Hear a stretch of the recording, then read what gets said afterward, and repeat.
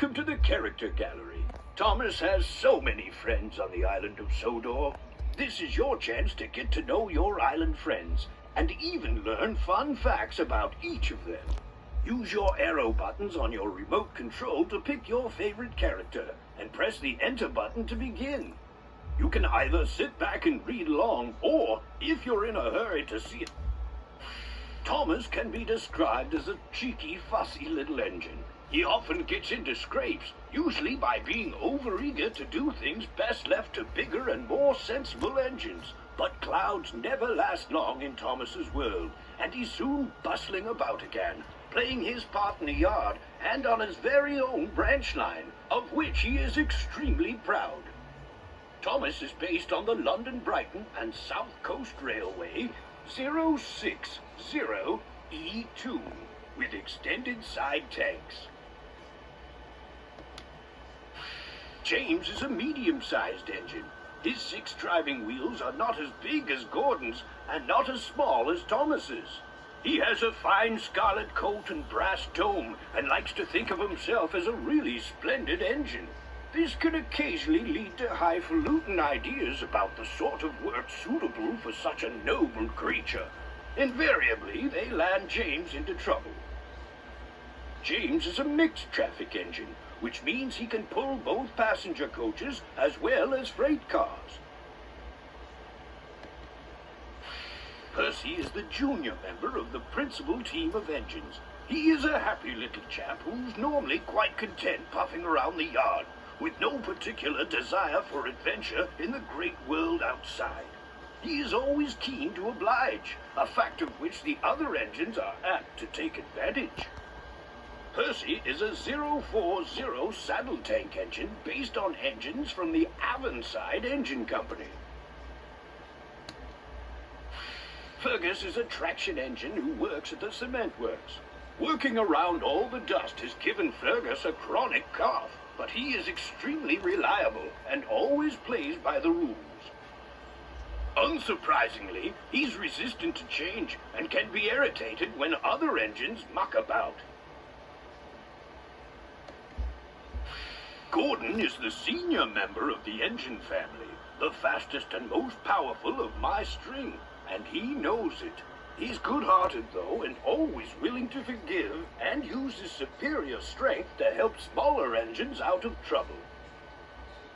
When the Queen visited the island, it was Gordon I turned to take the Queen around Sodor. Toby is old-fashioned, both in looks and outlook. Every engine, no matter how old, wants to be really useful, and having once nearly been scrapped, Toby is always happy to work.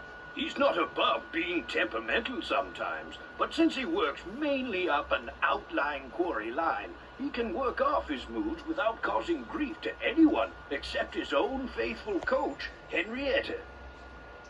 I brought Toby to the railway to help out with Thomas's branch line. Other than their names, plaques, and numbers, Donald and his brother Douglas are twins. Donald does not like to be parted from his brother and loves to play practical jokes on the other engines. When Douglas and his brother Donald arrived at the island, no one could tell them apart because they had lost their numbers and name plaques. Harvey is a good-natured crane engine, brought to the island to help loading and unloading of freight. No job is too big for him.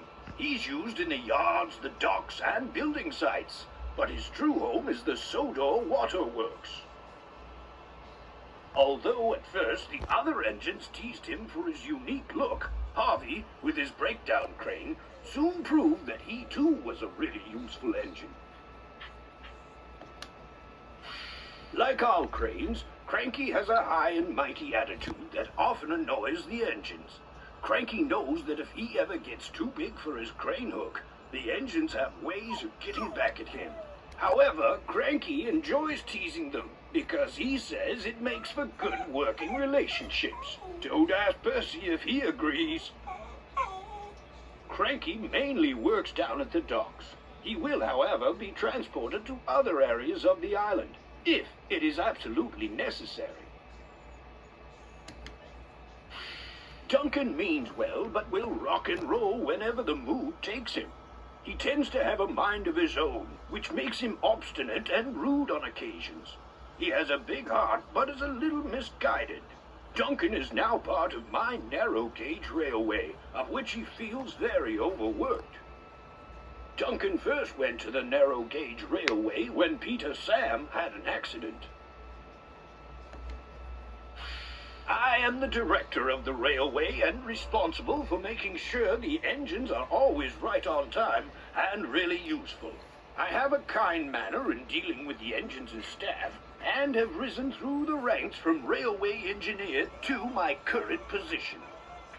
I was awarded a knighthood for my services to the railway industry.